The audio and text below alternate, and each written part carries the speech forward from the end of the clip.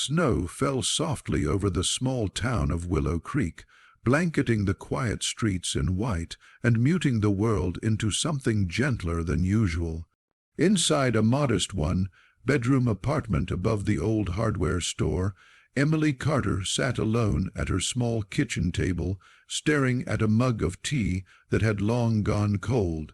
At 32, she was known in town as the kind elementary school teacher who stayed late to help struggling students, who paid for classroom supplies out of her own pocket, and who smiled even when her own heart felt painfully empty. Christmas Eve had arrived, but there were no gifts to wrap, no family to call, no place to go.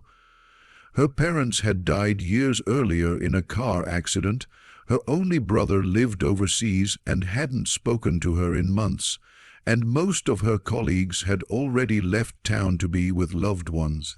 The silence in her apartment felt heavier than usual, pressing against her chest like an unspoken truth she tried not to acknowledge, that she was completely alone.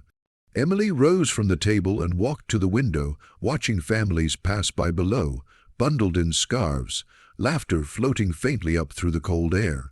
A memory flickered in her mind of childhood Christmases filled with warmth, her mother's cinnamon rolls, her father's off-key carols, the feeling of belonging that now felt like something from another lifetime.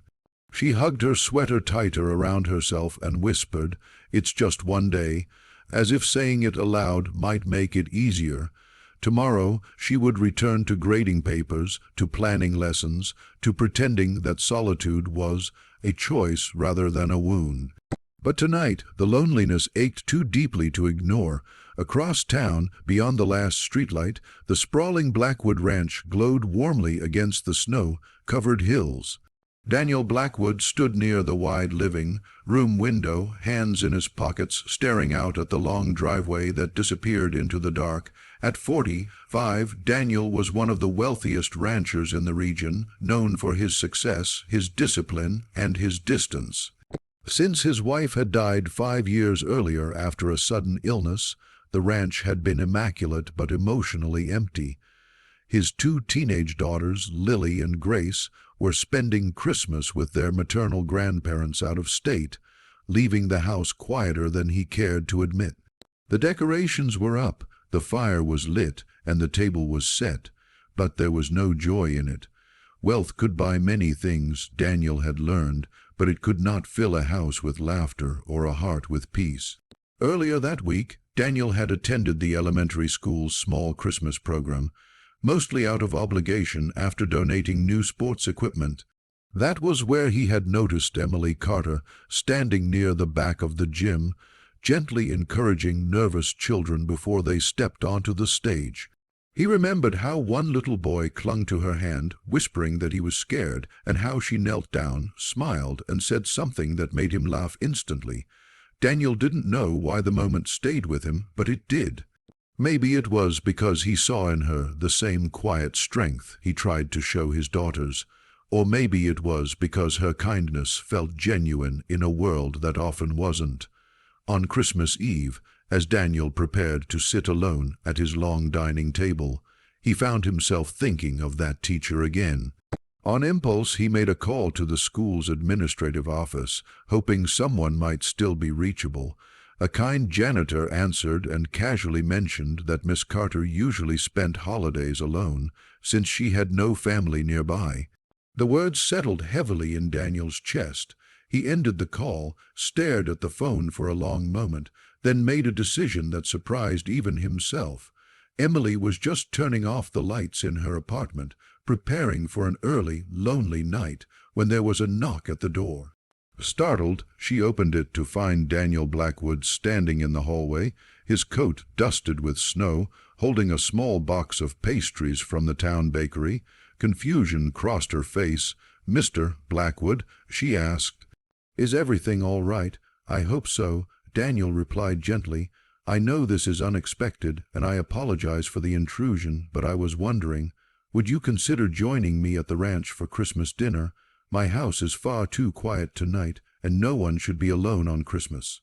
Emily felt her throat tighten. Her first instinct was to refuse. She had built walls around her loneliness, learned not to impose. But something in Daniel's expression was sincere, not pitying, just human. After a long pause, she nodded. "Yes," she said softly, "I'd like that." The drive to the ranch was quiet but comfortable, the snow crunching beneath the tires, Christmas music playing faintly on the radio. When they arrived, the house glowed with warmth, the scent of pine and roasted food filling the air.